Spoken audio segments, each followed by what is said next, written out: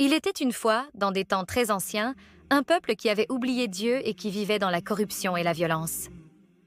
Ce peuple, malgré de nombreux avertissements, adorait des idoles et rejetait les messages de bienveillance et de paix.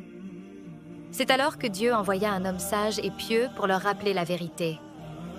Cet homme s'appelait Nour, connu également sous le nom de Noé. Il était rempli de foi et de compassion, et il s'efforçait sans relâche de ramener son peuple sur le droit chemin.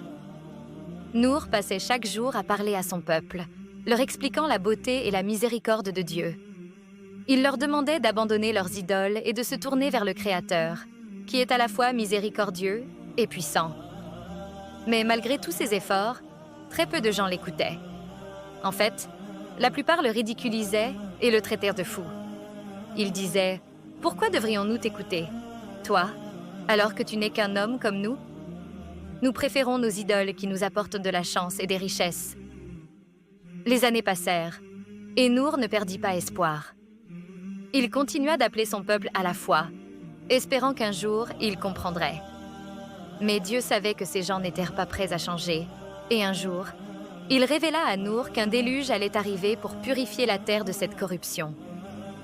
Dieu demanda alors à Nour de construire une immense arche en bois, assez grande pour contenir des gens de foi ainsi qu'un couple de chaque espèce animale.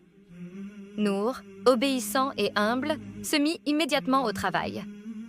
Il construisit l'arche jour après jour, sous le regard moqueur des autres. Il se ria de lui, se demandant pourquoi il construisait un bateau si loin de la mer. Mais Nour, confiant dans le message de Dieu, continuait inlassablement son travail. Il expliqua à ceux qui voulaient bien l'écouter qu'un grand déluge allait arriver, mais peu prenèrent ses avertissements au sérieux. Finalement, l'arche fut terminée, et Dieu ordonna à Nour de rassembler les croyants et les animaux. Lorsque tous furent à bord, Nour pria et le ciel s'obscurcit. Des nuages noirs se formèrent et la pluie commença à tomber, d'abord en petites gouttes, puis en torrents. Le sol se fissura et l'eau jaillit des profondeurs, recouvrant rapidement les terres. Les rivières et les mers débordèrent.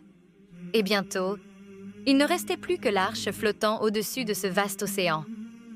Pendant des jours et des jours, la pluie continua de tomber et tout fut submergé. Seules les personnes et les créatures à bord de l'arche furent épargnées. Finalement, la pluie cessa et l'arche se posa sur une montagne.